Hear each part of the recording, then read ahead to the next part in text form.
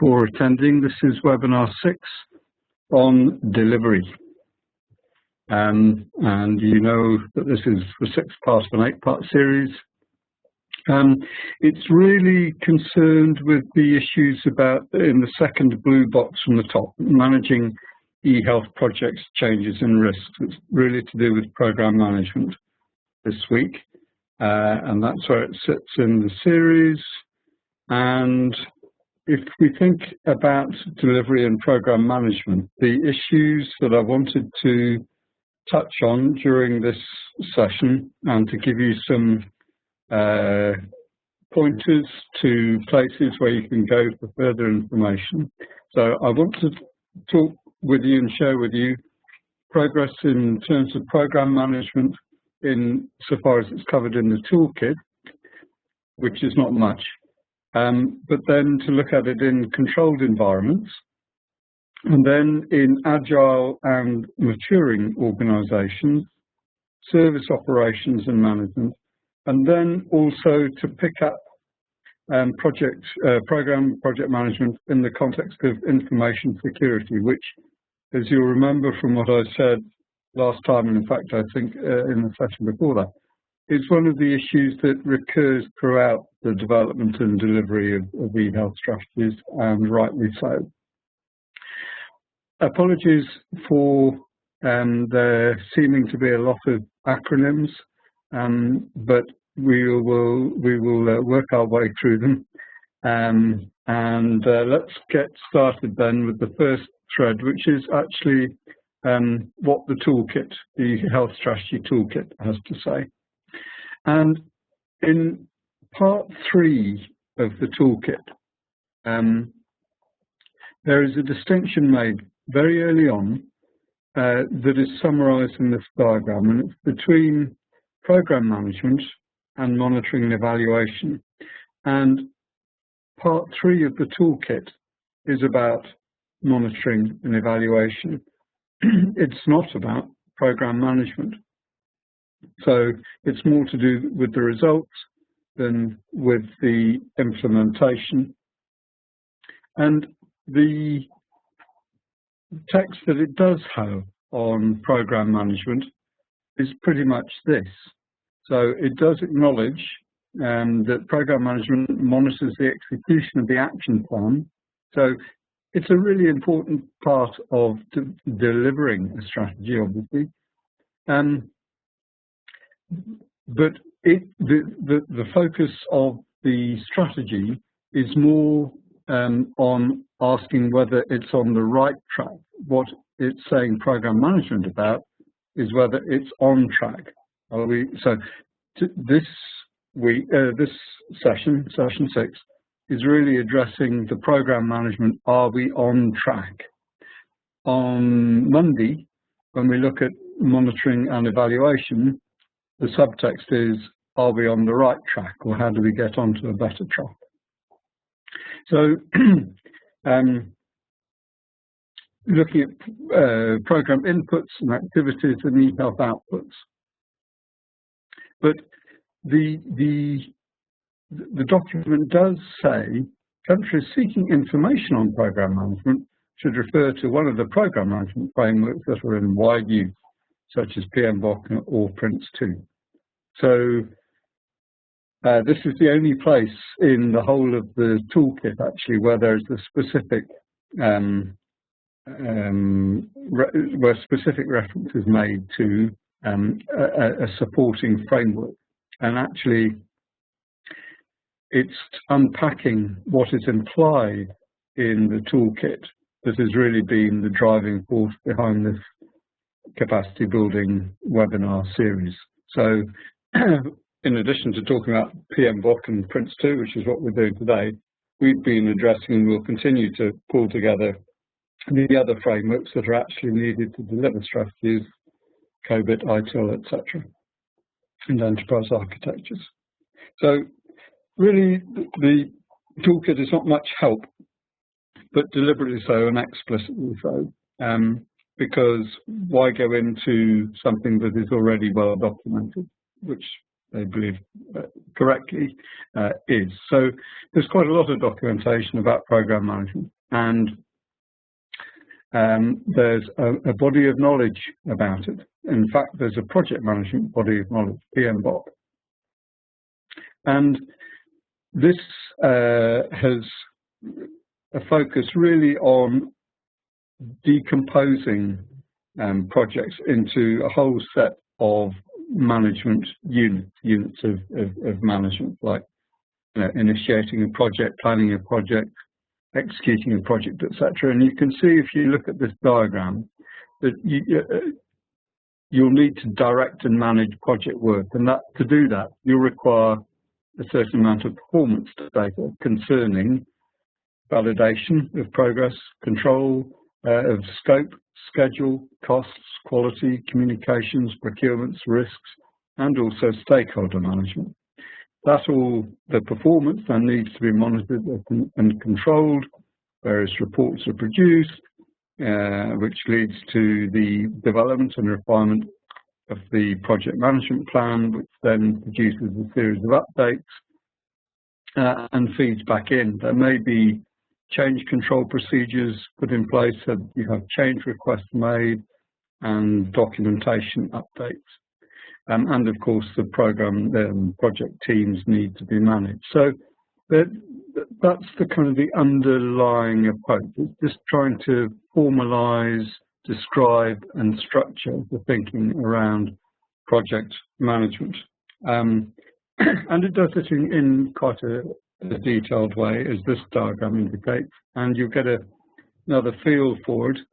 If you remember, there was a box called stakeholder engagement on the right-hand side, control stakeholder engagement. So if you want to look in more detail about control stakeholder agreement, you'll see that PMBOK indicates the other activities that need to go on to make sure that it functions well. So the ways in which it interacts with developing the project management plan and directing it and checking project documents, etc., and monitoring, controlling project work. So it just gives you, in a formal way, a set of good practices and procedures to work through to make sure that you're managing stakeholders correctly. And it does this for all of the different activities that I was highlighting in a very high level way on the first diagram. So just to give you a bit more of a flavour, if you drill down a bit further,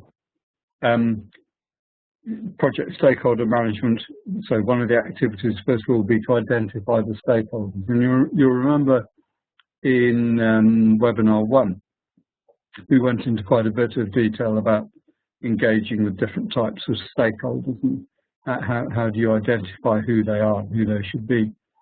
And then to support your stakeholder management plan and how you go about doing this, you need to make sure that you've got the right relationships and assets that you need from the enterprise, that you've got a proper project management plan, and you're able to produce the documents that are going to be needed by the rest of the project and can produce a stakeholder management plan. So it's kind of unpacking all of that, and it also gives you some further, helpful ways of trying to understand, for example, how engaged your stakeholders are.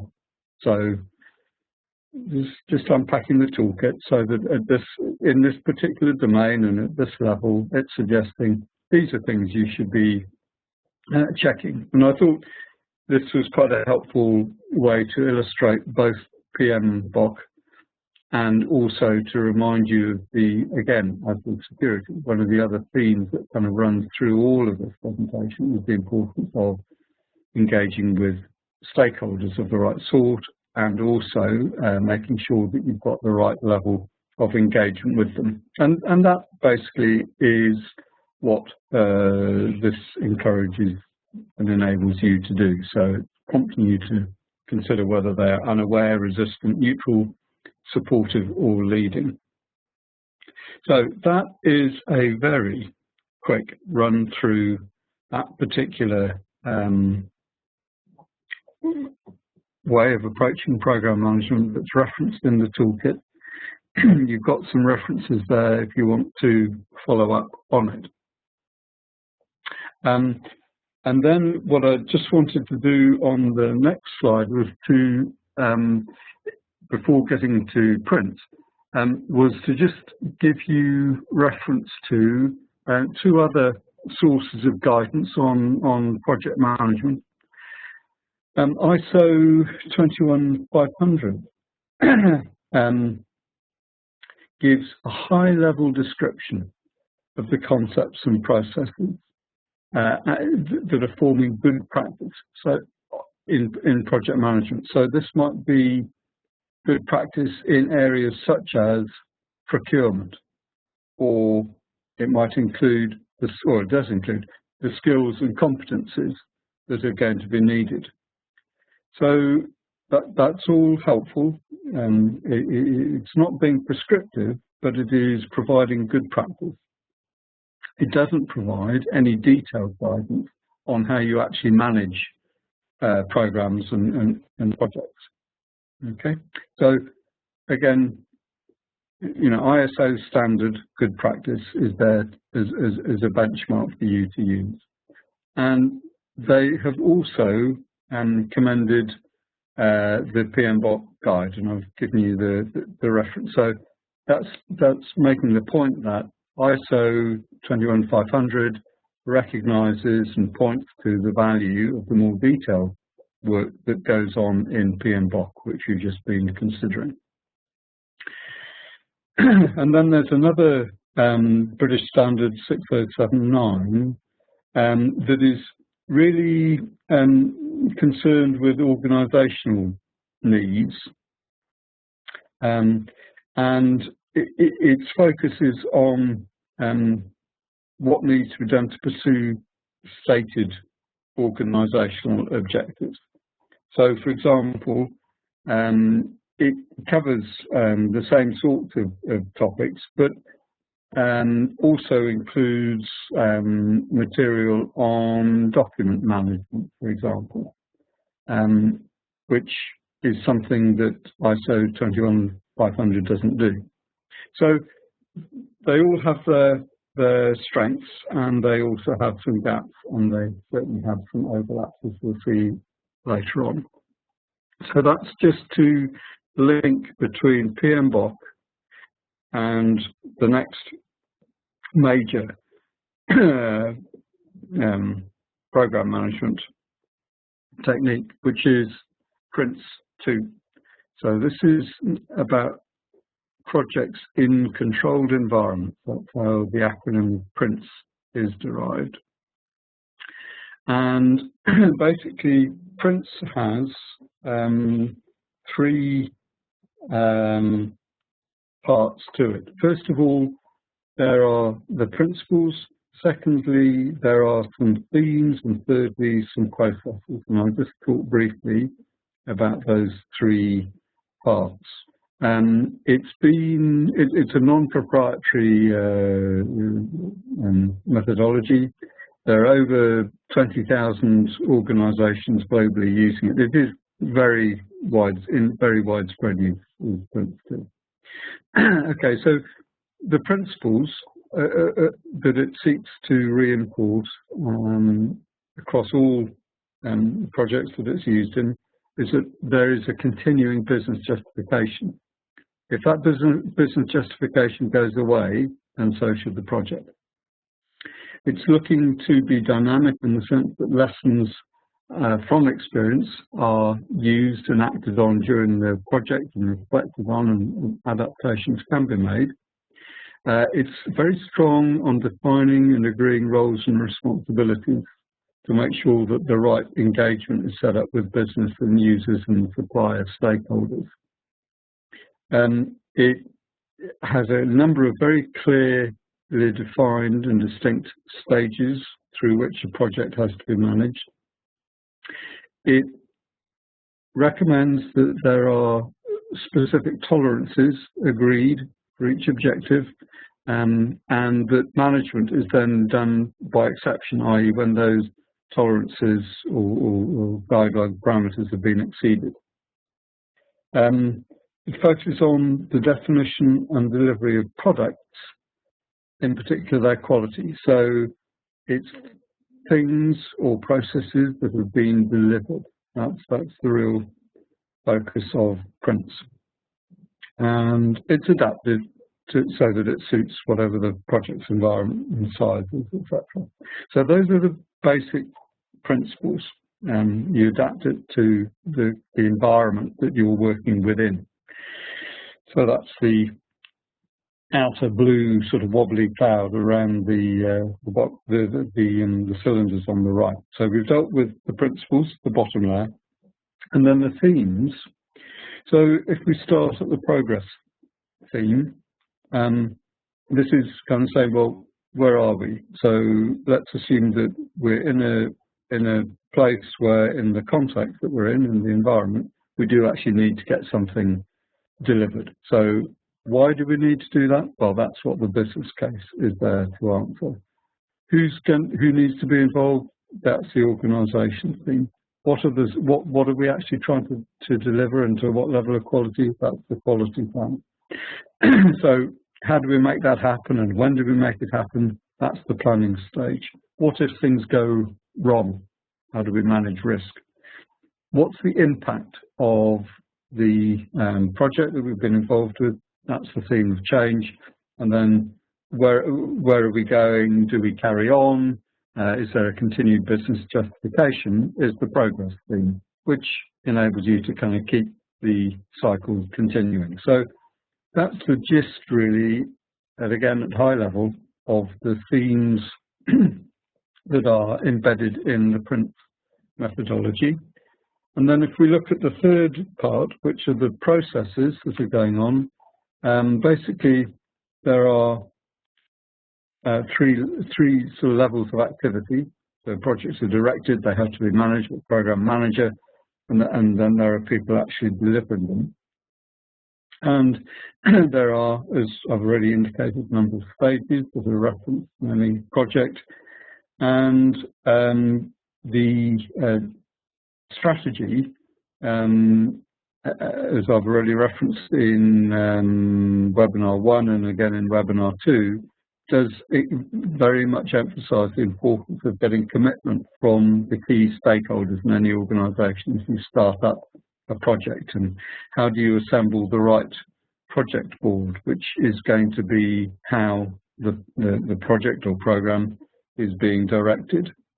And then, very importantly, in Print, there's the initiating a project, or the development of a project initiation document, which has within it all sorts of things to do with performance targets and the agreed parameters and tolerances for time, cost, quality, scope, risk, benefits, etc. And the stages that a project goes through all have the parameters for them defined, and when those are exceeded, there's an exception report produced, and that helps control a stage, and then eventually a project will have reached its final stage and be closed down. So that, in a very swift canter, is what Prince 2 is about, and there's a reference there to a helpful article that covers a lot of what I've been discussing and has pointers to other sources, but Googling Prince 2 will submerge you with material. Now, how do these things fit together? Well, this diagram is, I think, encouraging you to pay full attention to Prince 2, because actually it does pretty much cover everything else that you need. And in fact, because it provides kind of detailed techniques for understanding certain processes, those are really the activities that are referenced by the E in that outer circle, and it provides you with guidance that ISO 21500 and BS 6079 don't do. The areas A and D are activities that are common to all three of these particular approaches, but as I've indicated in what I was saying earlier on, there are other strengths that BS 6079 has in, for example, document management that isn't actually covered in PRINCE2 or in ISO 21500. And similarly, procurement skills and competencies aren't covered by PRINCE2, but they are by ISO 21500, for example. So I hope that gives you a flavour of how PMBOK and PRINCE2 approach the development of projects, and I've shown that there's a link between each of them and the other sort of supporting standards, as BS 6079 and ISO 21500. They have their strengths and their weaknesses, areas of overlap. But I think that you'll find that most of what you need to know about and either get trained in or get your colleagues trained in will be covered by either PMBOK or PRINCE2. So I hope that's a good place to stop and take our first set of questions and see if I can give any answers. Okay, so back to you, Elia. Thanks, Peter. Here's a question from our Q&A panel. Is there a certification system for PRINCE2 so that ministries of health can hire PRINCE2 certified project managers? Yeah, absolutely. And I'll give you at the end, I think, some links for PRINCE2. But yes, you can get PRINCE2 certification. They're offered by various examination institutes, which are accredited by Agile. And you may have noticed that at the bottom of the slides, in a couple of places, I've referenced Agile. So there are accredited training organisations and trainers. So yes, you can certainly get and make arrangements for getting people accredited and making sure that you know that they've got necessary certification if you need to hire them for a particular job. Yeah. Okay. All right. Thank you for the question. That's the only question that I have. For those who are with us right now, please chat in your question so that we could move forward for the discussion portion of our AeHIN Academy. Okay, I think only few of us here are into with the questions so far. Okay. I think we can go on and proceed to our next chapter. Okay, that's absolutely fine. Right. So what I've described so far has been taking the overall view that the way in which you manage a project or a program of work is defined really by a whole series of stages that can be set out and flow one after the other. And that's what's called kind of the waterfall approach, so that you, in a sense, go through and analyze, plan, design, build, test, correct, test again, and then deploy a solution. That's broadly the way in which PRINCE or PMBOK goes about the process of managing a project. And you'll see why it's called a waterfall just by looking at the diagram. However, there's another approach that has emerged as people have found that whilst the waterfall approach is very effective, there are also, in many circumstances, benefits from approaching the management projects in a more termed agile way. So this is where we have the analyze and plan stages, then followed up by a rapid design, build and test process. and we deploy that and see what we think, and then we go through a repeat performance. We take the revising, we analyse it, plan for improvements, design, build and test that, and deploy it. So this is quite a different but complementary approach. And the differences between Prince2, for example, and Agile project management are summarised on this slide. So, as I've been indicating, in Prince2, you're defining everything in quite some detail. You're trying to be clear at the outset what is going to be promised to be delivered. There are time and budget parameters, but they can be flexed and adaptations made during the program, during the project, but that is all controlled. And the project management plans in detail what needs to go on and delegates the work, and you've got pretty much a command and control structure. The alternative is summarised on the right-hand side, where, as the diagram that preceded this suggested, the solution evolves as you go along, and your understanding is it evolves as the work progresses. So things are prioritised, so not everything is going to be promised, but you are clear as you start which are the things that you must have and what you should have and what you could have, what would be nice to have.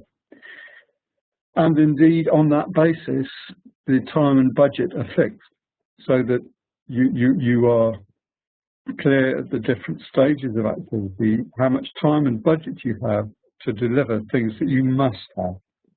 And if within that time and budget you can get things that you should have or could have, that would be great. But the drive for this is to make sure that you do deliver on the things that you must have in agreed time and budget parameters. So the program manager now is rather more concerned with nurturing teamwork and removing barriers to progress and letting people get on and make the directions for themselves as part of a team, and through that process is encouraging collaborative working. So you can see the contrast that there are with the Prince2 approach. And again, you can see this in terms of the ways in which the roles are set out. So Prince2 has a very clear kind of hierarchical structure with corporate program management, steering group, project manager, support, team managers and team members. And the lines of accountability and responsibility are clearly set out. That basic model of decomposing projects and programs into quite clearly defined and stratified things is characteristic of Prince2. But if you compare that with the way in which the Agile approach to program management is evolving, you have a very different picture being presented with additional roles like business visionary suddenly appearing and business ambassador. So the sense is it's a very much more organic and dynamic approach to delivering programs and projects.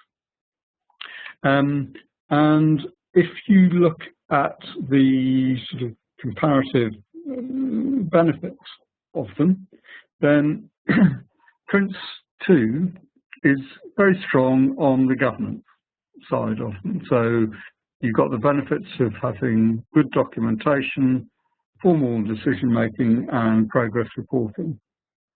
And those are to be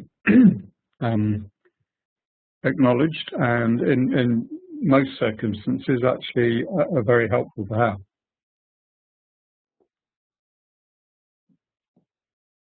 But the benefit of a more agile approach is that you're collaborating with users throughout, and you've got early delivery of business value. Now, in healthcare, the mindset that dominated the way programs were developed was very much informed by the Prince methodologies. So when I was working in the Department of Health, that was absolutely what was being used, and that reflected the way in which good practice was perceived during the late 1980s, 1990s, and into the early part of the 2000s. But as you will know, this doesn't necessarily mean that you actually make really good progress. And I think one of the weaknesses that has been revealed by the faltering progress in the implementation of the national strategy is that because the projects and programs are so big, healthcare is so complicated and complex, that when you approach it in a very hierarchical way, you run the risk of losing the engagement with the key users that you need to be working with you. And that's, I think that the health service is actually quite a good illustration of why there are considerable benefits from trying to blend the different approaches, because getting collaboration with users is and giving them the low-hanging fruit is the phrase that you often hear being used, that you want to show people early on that you're delivering something that is already of value and get them to want more of it and more quickly, and that they will then help you make sure that the things that need to be done are done. So getting the right blend of what is delivered through a structured project program methodology such as Prince, PMBOK, on the one hand, and how that can best be aligned with the benefits that can come from a more agile approach is, I think, a really interesting challenge for everybody involved in eHealth implementation. And I think myself that the next iteration of the eHealth strategy toolkit would, or I would hope should, reflect the findings that have come from good practice in the delivery of more agile styles of delivering eHealth systems and projects. So I've given you some pointers to a couple of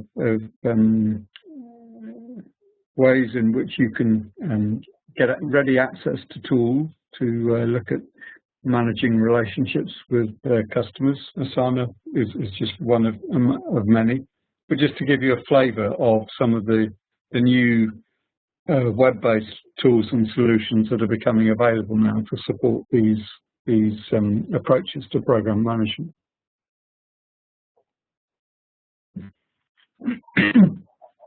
Now,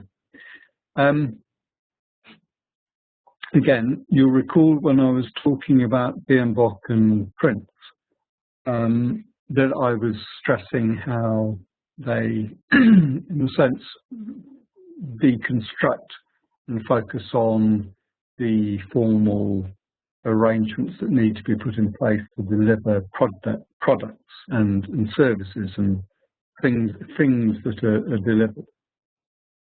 Now, the Capability Maturity Model Integration, CMMI, approach, which was sponsored by the Department of Defense in the States along with Carnegie Mellon and Software Engineering Institute, it is indeed concerned with products, and it's very much to do with software and hardware. And the approach has had very considerable input from some of the IT companies like Motorola and Ericsson, are the two that have really worked most closely with the Carnegie Mellon to develop this approach. But the defining theme and the differentiating theme, I think, around the CMMI thing is that it is much more concerned with behavioural change of both the management and staff. So we've got within CMMI 4 groups of process areas, and you'll see them there. And if we just unpack the project management one, you'll see again that that's decomposed into 6 different stages, all with their own acronym, of course. But the crucial bit of understanding around the CMMI approach, I think, is captured on this slide here, where we're talking about the maturity levels of the processes that you're trying to shift an organisation and its projects through. So the CMMI approach majors on this, and in the initial level 1, where you've got processes that are unpredictable and poorly controlled and reactive, it's kind of like firefighting all the time. You're desperately just kind of putting out the fires that are happening, you know, here, there, and everywhere. So things are unpredictable, poorly controlled, and you're reacting to emergencies. At the level 2, or the managed level, this is where you've got things a little bit more under control, with processes being planned and documented, but typically there's an over-reliance at this stage on having good people who know what needs to be done. And when they go, then that process goes as well. So and I'm sure you'll recognise in your own organisations where you do indeed have good people that are doing a great job to keep the processes going, but the challenge is what happens when they leave. Do the processes fall apart or not? If they do, then you're probably still at the managed level 2. But if things continue without them, then you've perhaps moved on at least to the next level, level 3, where the processes are well understood and characterised. Everybody kind of knows what needs to be going on, and people understand them, and they support the processes. So things are looking pretty well organised. But actually, what CMMI encourages you to do is to move on to a level where things are being controlled using statistical and other quantitative techniques. So you've got a quantitative management to complement what is understood. And at this level, there's kind of a much stronger sense of teamwork and interdependency. So you've moved from reacting, having very key people, to having knowledge well understood, and now to having a team that knows what it's doing and is interdependent and is working well together and using quantitative techniques to control what is being delivered. But what you're encouraged to move towards eventually is the levels 5, where you are improving the process and the performance continually. And we'll talk more about this next week, actually. Next week on Monday. So to go back to the fire analogy, this is like saying, this is when you're in a position where you're preventing fires. And actually, interestingly, where I live in the UK, in North Yorkshire, the fire service here is actually, I think, pretty good at fire prevention. They have invested a lot of time and effort in education of kids and adults in schools and at home. And the actual number of fires now that are breaking out that really need a full fire engine to go and address them are very small indeed. The use of the fire service now, sadly actually, is mainly to cut people out of cars that have had accidents on the road. So Just to give you an illustration that relates back to the FAR analogies of helping you understand the CMMI process. So again, structured approach, but paying attention to the way in which behaviours change of staff and management. So the Agile approach is obviously paying a lot of attention to the processes that need to go through and encouraging them to be agile and responsive. And this is helping you understand better actually how organisations as a whole can make progressive improvements in the way in which people understand and deliver on what it is they're being asked to do. Now, there's also then, in terms of us, what is it you are doing to deliver a service? And this is the webinar on delivery. So when we look at the ITIL version 3, then the bit of ITIL that is of particular interest is the service operation bit. And that's what I've pulled out here. So that in ITIL 3, you'll see that typically the things that are being the good practice and the documentation to give you guidance on that revolves around things like incident management, project problem management, etc. And you can see what it says there. So, as you would expect from a very useful framework, ITIL version 3 does indeed have a lot to say about how you can deliver services in the service operation part of it. And to understand that a little bit more and in a more kind of IT related context, I thought this was also a helpful slide for you to have, that's showing how the functions that are needed to execute the service operations can include technical management, IT operations management, and application management. And you can see illustrated around the side here examples of the way in which to provide service operations you need to monitor and control operational activities, security management, etc., facilities and data center management.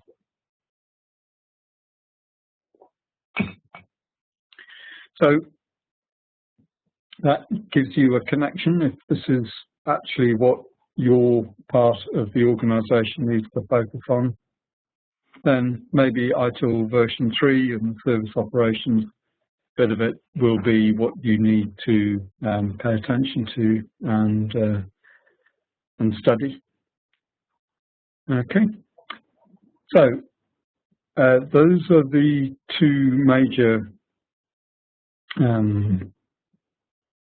frameworks that are being used, but then there are also, as you would expect, some ISO standards, and ISO IEC 20000 is a standard that is owned by the APMG group, and they're responsible for its for helping people get the skills that are needed to test and implement ISO IEC 20000 compliance. And it was released in 2005, and it's based on the ITIL best practice framework and was updated pretty recently in 2011. Now, this is a standard for the requirements of an IT service management system. It doesn't help you by providing a way to measure the improvement. It just says these are the standards that you may require.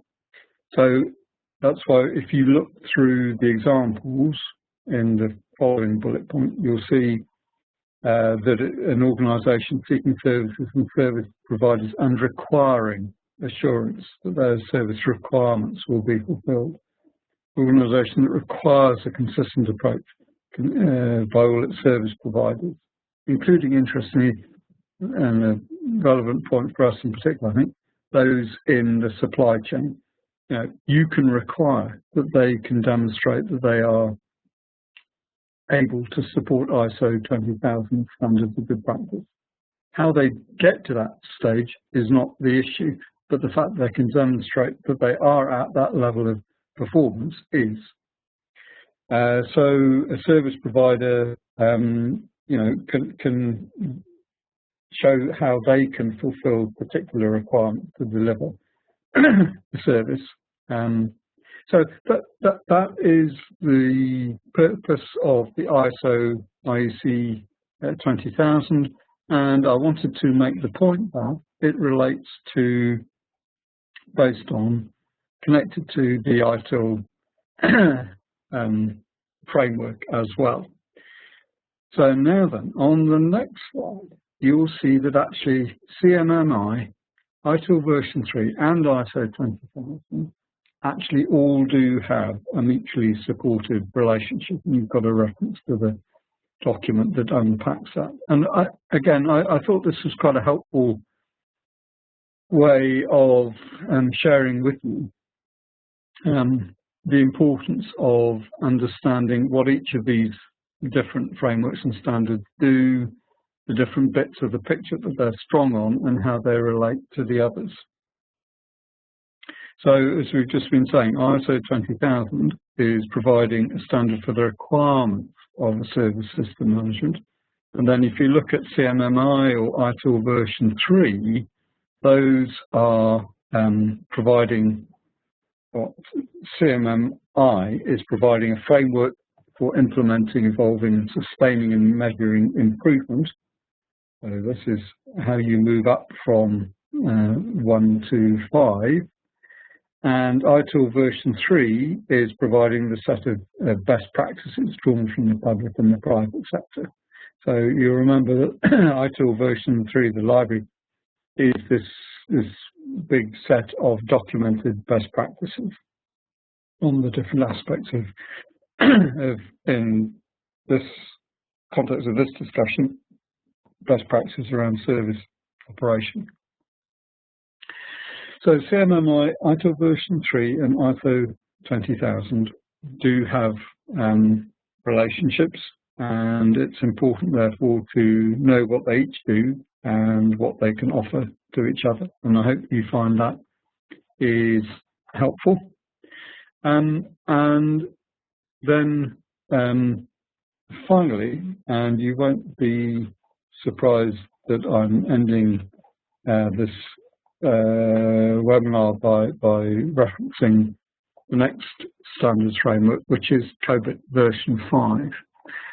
And as you'll see, particularly when we get to the webinar 8, and a lot of the standards that frameworks that I've been talking about can all map to COBIT version 5. But for the moment, what I wanted to do was, in the context of a focus on delivery, and to make sure that we don't forget this important issue around information security, to share some of the points that the COBIT 5 for information security, so there was a particular view of COBIT 5 on information security that was produced within the last 2 years, I think, pretty recently. And this COBIT 5 for information security gives, in a sense, the extended view of COBIT, and it explains each of the components from an information security perspective. So it's outlining the security policies and principles and frameworks, the various processes, the organizational structures that are going to be needed, the culture, ethics and behavior, and the information security specific information types, service capabilities, people skills and competencies. And you'll see, or you'll hear from me just going over, picking out the key things that COBIT 5 does, that actually even if you're just focusing on information security, you're picking up the fact that it is dealing with many of the issues and approaches that I've already been talking about in this session. So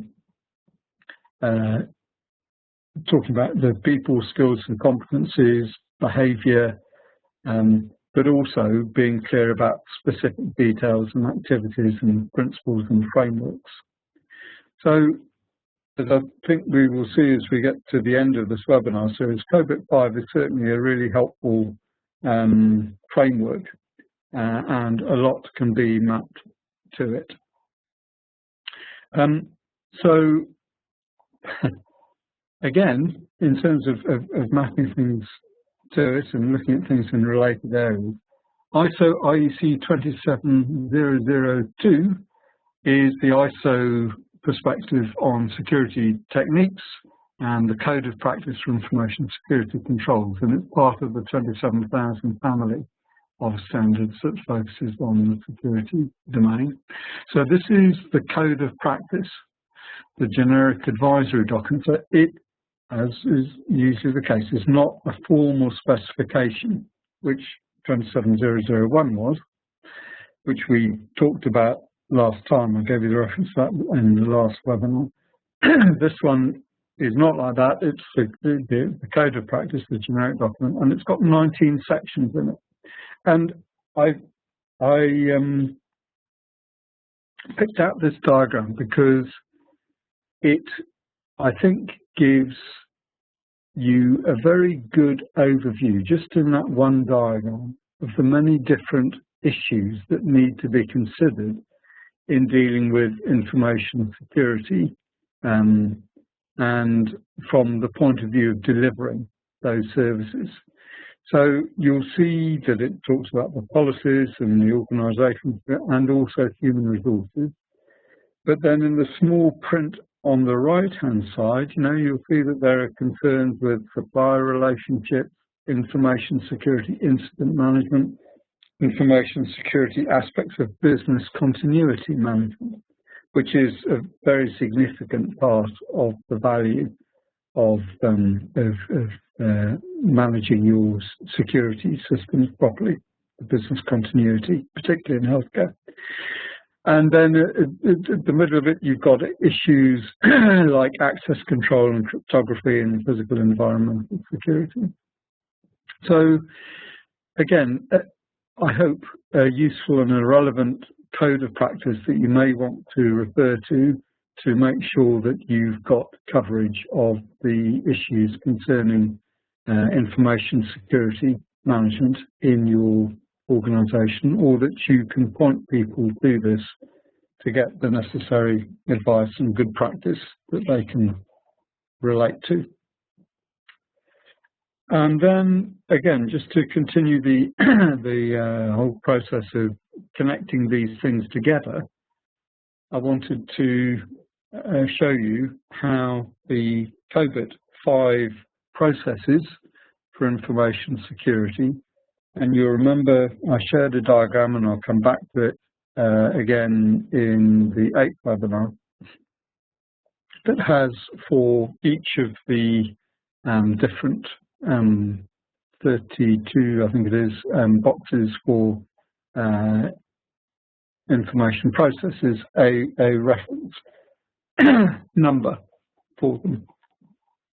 So you've got APO 12, which is all about managing risk, and that relates to ISO IEC 27002, where that's teased out in more detail. So if you're aligning, planning and operating in the context of security and managing risk, then ISO IEC 27002 has all those sorts of good practices for you to look at in more detail. If, for example, you're looking at building, acquiring and implementing in the context of information security, then you're going to need to manage your requirements definition as part of complying with COBIT. And ISO IEC 27002 has 4 different sections that will be particularly relevant in the context of COBIT. So you get the idea. There's a relationship between these two frameworks.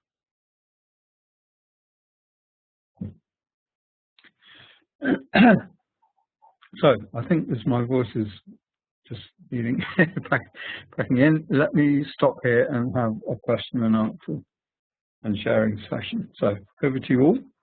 Thanks, Okay. Leah. Thank you. Thank you, Peter.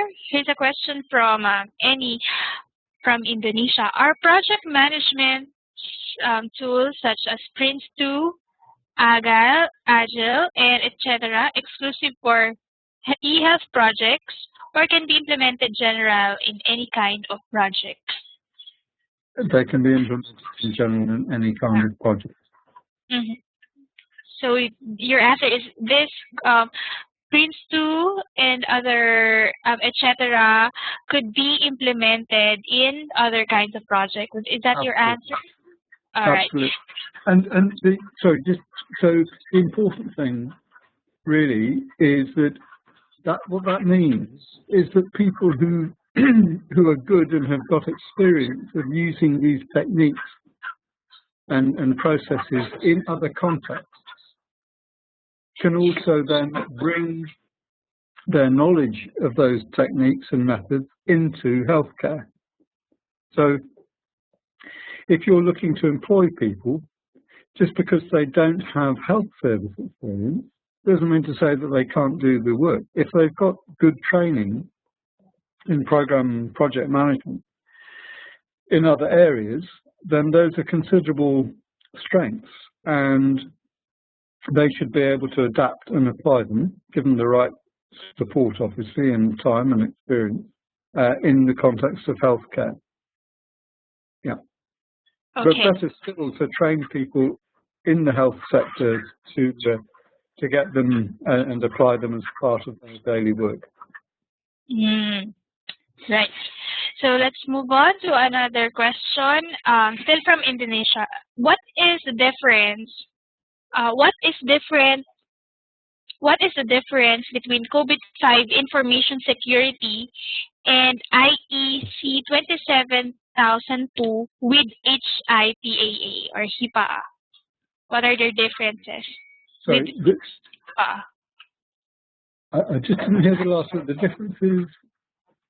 What is the difference of COBIT-5 information security in IEC 27002 with HIPAA or HIPAA? Oh, with HIPAA. HIPAA. Sorry. Okay. Which is the standards relevant in the USA. So those are specific health standards for the management of health information. COBIT-5 and ISO 27002 are generic issues to do with security management. They're not relevant. They're not health specific. This kind of relates back to the point that was being raised previously. And if you are introducing systems and solutions that need to be, if you're working in the States and you need to introduce systems that need to be HIPAA compliant, then you'll need to make sure that the work that you do meets the HIPAA requirements. But if you have complied with the good practices that are being promoted by ISO 27002 and the techniques that come from COBIT-5, then you will be well on the way to meeting the HIPAA requirements. It's like there's another Venn diagram in there. And there will be some HIPAA things that sit outside of the COBIT-5 circle, but not that much. So it depends on what you're being asked to do. So my point is there is clearly an overlap, but I've not seen any work that actually explicitly compares and contrasts the two. But I would encourage people to pay full attention to the use of COBIT-5 and the other information security best practices and as well as keeping an eye on how things are progressing in the States with HIPAA. Okay, So, I hope that answers the question by our colleague from Indonesia. This is my question for others who are not also very familiar with the type of people or type of individuals who should undergo ITIL and Prince2 certification training. So what is your suggestion, or what are the types of people who in the health sector who should undergo the certification trainings that you have mentioned? For example, the ITIL, Prince2, and that's it, ITIL and Prince2 trainings.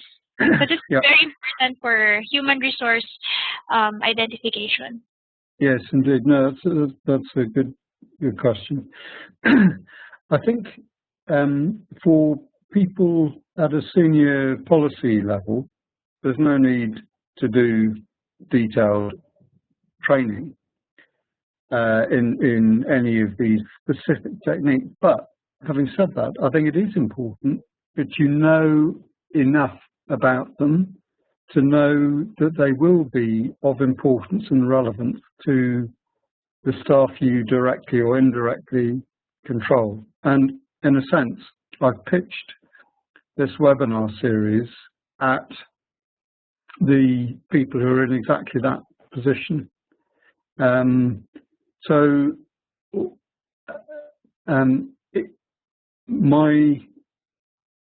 My view, therefore, has been that what I've been sharing with you should be sufficient for you as policymakers, if that's who you are, to know why these things, these particular frameworks and standards are important, to give you an idea as to what you want to follow up on, but also to give you pointers to where your staff can go and get additional training. Now, of course, in any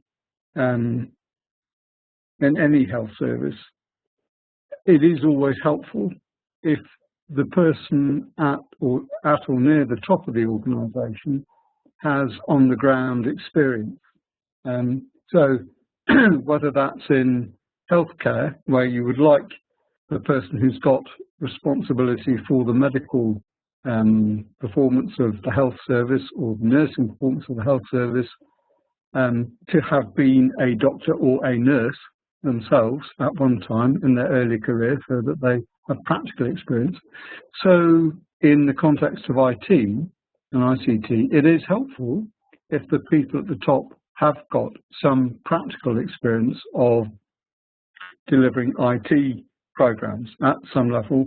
Either perhaps they've been a programmer in a former life, or they've been a project manager, or they've worked at a hospital level in terms of managing projects with and looking after the delivery by software companies and hardware companies to implement services. So they've got some on-the-ground experience. And in the same vein, if they have got some skills in and certifications in project management, for example, of one sort or another, then that would be great, because that means that they will have a greater understanding of the use of that technique and can see how it can be used by their staff, either within the ministry or in the regional and local hospitals and district health centres, for example. So I would say it's not a must-have, but it's a kind of a should-have. You know, it's not a necessary requirement in my view, but those at the top do need to know enough to know what sorts of skills they need to see being deployed within their health system, and to have a feel for where they can go to get better knowledge and to know what certifications to be looking for when they are hiring people to do the work that they think needs doing. So I hope that answers the question. Thank you. Thank you so much for your question. I would like to invite participants to chat their questions in our chat box, and we'll get those questions be answered by our speaker today. My question is also related to what you've mentioned about ISO 27002. Can this be procured, and how would ministries be educated in the actual contents of ISO 27002? ISO 27002 can indeed be procured. I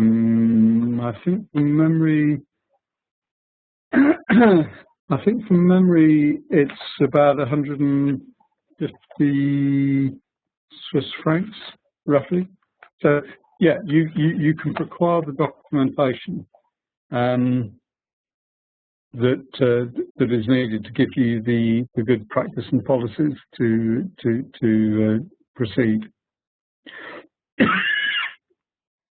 And I think that I have given, yeah, there's a URL there that I hope will be helpful for you to follow up on. ISO 27002.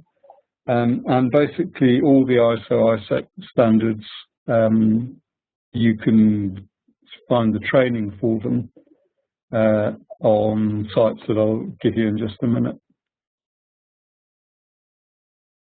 All right. I think we don't have much questions in our chat box this afternoon, but for you, what would be the most important takeaway which our participants this afternoon should get from this lesson 6 on delivery? Because you have presented a lot of certifications and tools on how to deliver to the requirements for an effective strategy. So what would that be? Well, I think the takeaway is horses for courses. Is that an expression you're familiar with? In other words, if in horse racing, if it's been raining a lot, then the course will be very heavy. And so the horse that will win will be the horse that can do well in those conditions. If it's very dry, then it'll be a different horse that will do best on that course. So basically what this means is each of you need to think through for yourselves what are the challenges that you have got in your organization.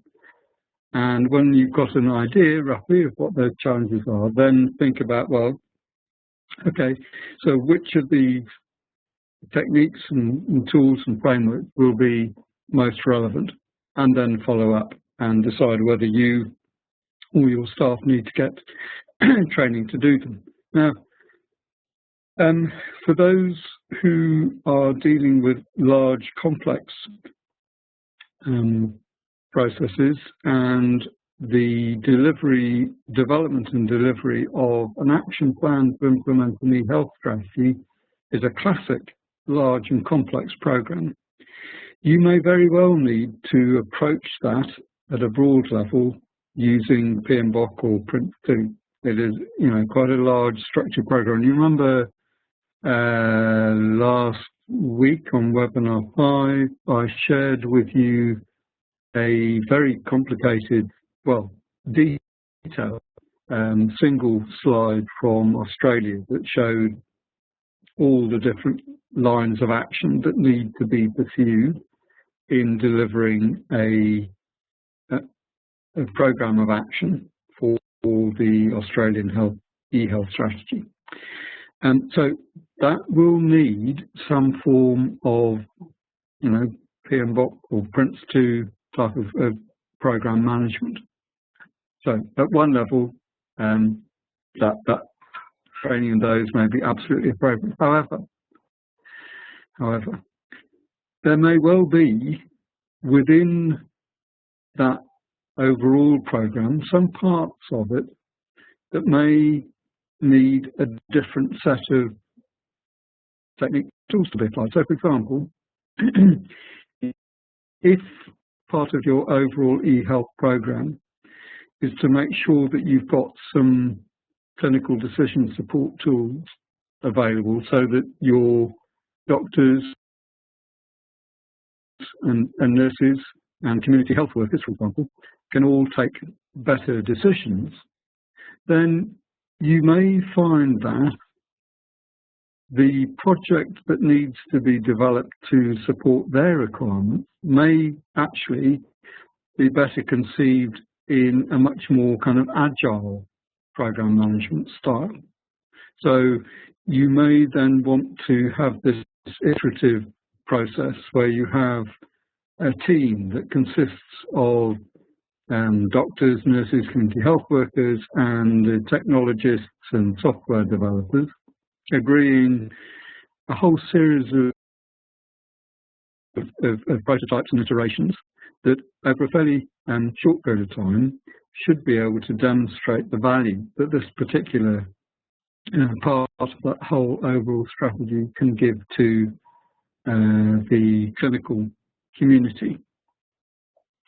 On the other hand, there may be a part of your eHealth program and strategy where you are trying to bring up the basic levels of behaviours and competencies of the medical records staff in your hospitals, where in some places you may well find that they are firefighting all the time. It's always a panic to find the records for the right patient and person. There are all sorts of difficulties. And what you're trying to do is to get them to a state of readiness and preparedness where before the patient comes to the clinic, the records have already been pulled. So whether this is done manually or particularly or electronically, the whole process of trying to get a workforce that is using health information of one sort or another from a rather crude and reactive way into a way that is much more proactive, where they're able increasingly to use the information infrastructure to improve the quality of the services that they deliver. But in those sorts of programs, you may find that some of the elements of the CMMI approach will be particularly relevant in terms of how you design your projects and programs. And then if you've got a security-related challenge, which you almost certainly will have, you'll see that there's good guidance on the sorts of project management arrangements that need to be put in place to deal with those aspects that are provided in the COBIT, the recent COBIT version 5 version around information security. So this is why I say it's kind of a horses for courses, and why I hope that what this webinar series is trying to help you do is to be clearer about the sorts of questions you need to be asking and the sorts of resources that are available to help you take best decisions wherever you are, to answer what may seem to be a simple question, like what is the key takeaway? Actually, the key takeaway is, apply the thinking to your local situation, and that is easy to say but difficult to do. So I hope that helps. All right. I think we're okay with our session this afternoon. I hope that we were able to take note of the existing certifications and tools that we need to align our IT investments with the strategic plans on hand. I would also like to tell our participants for this afternoon that AeHIN has invested so much in capacity building programs that will hone skills of existing AeHIN members, which would help them deliver to the demands or the requirements of in developing or in delivering to their national eHealth strategies. So I think we're okay for this afternoon. Other reminders? Go ahead, Peter. Yeah, just let me do the last couple of slides. So there are some capacity building resources that I wanted to point you to, and you'll see the project management professional logo there, who is supporting PMBOK. So there are a couple of references where you can go to, and you were asking about certification earlier on, and as I also explained regarding Prince 2, these are offered by a range of examination institutes which are accredited by AXELOS, and you can find out from the Prince official site, you know, what the examination institutes are and where they are. APMG are the key Agile project management group people. So, and they offer a range of qualifications too, which I've pointed you to. And there's some instructor-led training available for CMMI, which you've got. And for ITIL, the same issues apply as with AXELOS for Prince. But you can get all that information from the ITIL official site. And ITpreneurs is one of the resources that you can go to make a start, if you want to, in looking at the ISO IEC standards.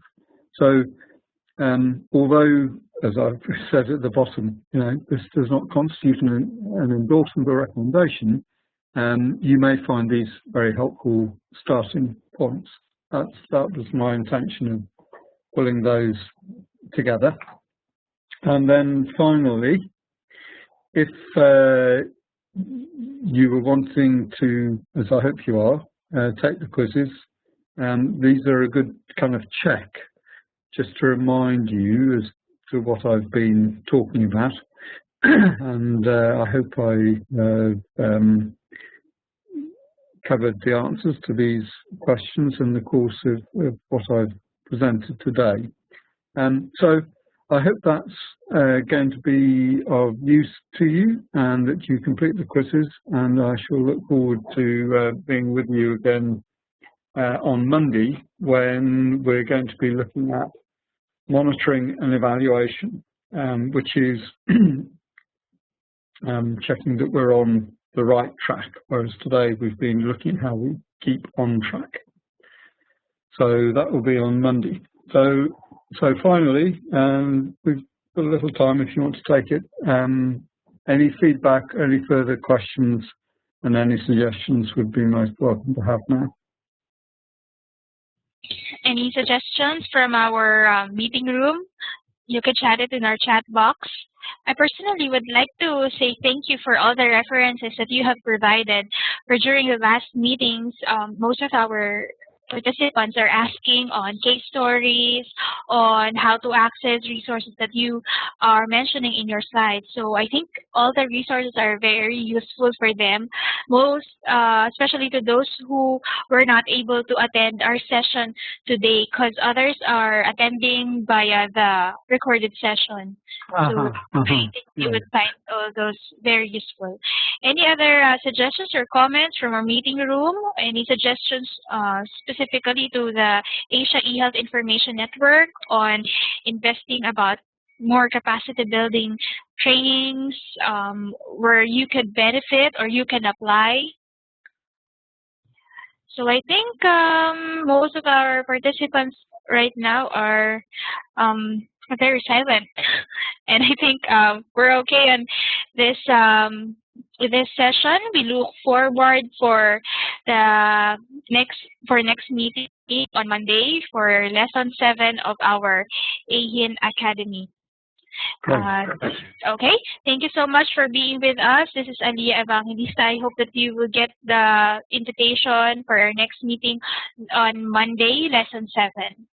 Please don't forget to visit www.aehinacademy.org so that you could access all the quizzes and all the slides that we are mentioning in this meeting. You can see the address in our left panel, on the left panel of your screen. That's www.aehinacademy.org.